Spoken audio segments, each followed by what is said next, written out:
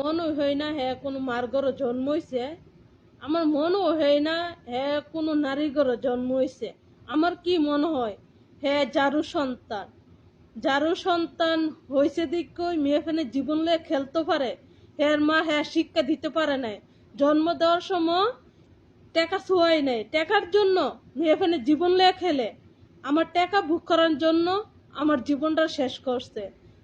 হ্যাঁ একটা বউ বাচ্চা তোয়া, শিশু একটা বাচ্চা তোয়া, বাচ্চার অস্বীকার গেছে, বউর অস্বীকার গেছে, অস্বীকার কইরা আমার দিনের পর দিন ঠগাই গেছে। আমার মনও হয় না জানি হে কোনো মানুষের কাতারে পড়ে। আমি হের নামে মামলা দিছি, হের বাবার নাম হুকনের নাম, হের মার নাম, হের বোন নাম, হের নাম বনবেড়ে কোর্টেতে মামলা দিছি। আমি আমার সাথে যে অন্যায়গুলো করা হয়েছে জানি এই অন্যায়গুলোর শাস্তি আমি অবশ্যই হেরে আমি দেবো। বিনা কারণে বিনা দোষে আজকে আমার প্রবাসী করাইছে, আজকে আমার পরিবারের কাছে আমার কালার বানাইছে, সমাজের কাছে কালার বানাইছে। কি কারণে? শুধু তার কারণে, এক যার সন্তানের বাচ্চার কারণে। হ্যাঁ একটা শিশু বাচ্চার গোপন রাখছে দিনের পর দিন। হ্যাঁ জিজ্ঞাসা করলে একদিন হঠাৎ আমি ফোন দিছি ওর একটা মায়া ধরছে, পরে জিজ্ঞাসা করছি কে আপনি? আমি হৃদয়ের বউ। তো আমার কাছে প্রশ্ন করছে কে আপনি? আমি ওর হৃদয়ের বউ। পরে হৃদয় তো বিয়ে করছে, হৃদয়ের বাচ্চা আছে। এ কথা শোনার পরে পরের দিন জানি আমি হ্যারে ফোন দিছি, জিজ্ঞাসা করার পরে বলছে কি আরেক বেটার বউ কেন আমার বউ হইতো, আরেক বেটার বাচ্চা কেন আমার বাচ্চা হইতো।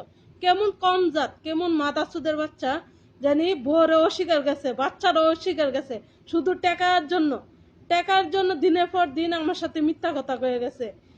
আমি বিদেশ আওয়ার পরও আমার অনেক টাকা নিছে বুঝছেন। আমি বাড়িতে থাকার পরও আমি অনেক টাকা দিছি বুঝছেন। আমার মাতে বাবাতে নিয়ে আমি সুদি মুতুতি করে আমি হেরে টাকা দিছি। আজকে বিনিময়ে আমি কি পাইছি? শুধু কাটার আঘাত পাইছি, হাতে আঘাত পাইছি। কি পাইছি? হাতে অবলা পাইছি।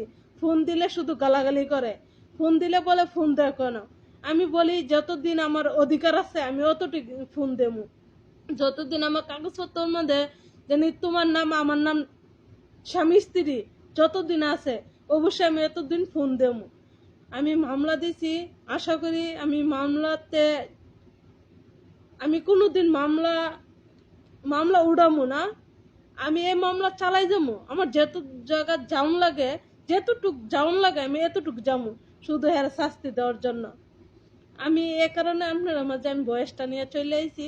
আশা করি আমার খারাপও মনে করতে পারেন, আর যদি ভালো হয়ে থাকেন সবাই ভালো মনে করতে পারেন বুঝছেন। আর কোনো বইনেতের বলতাছি যেন কোনো বই হ্যার মধু মধু কোনো কথাতে আপনারা হ্যার ফান্দত পড়লেন না, পড়লে আমার মতন জীবনটা প্রবাসী হয়ে যাবে বুঝছেন। তো ভালো থাকেন, সুস্থ থাকেন, আল্লাহ হাফেজ।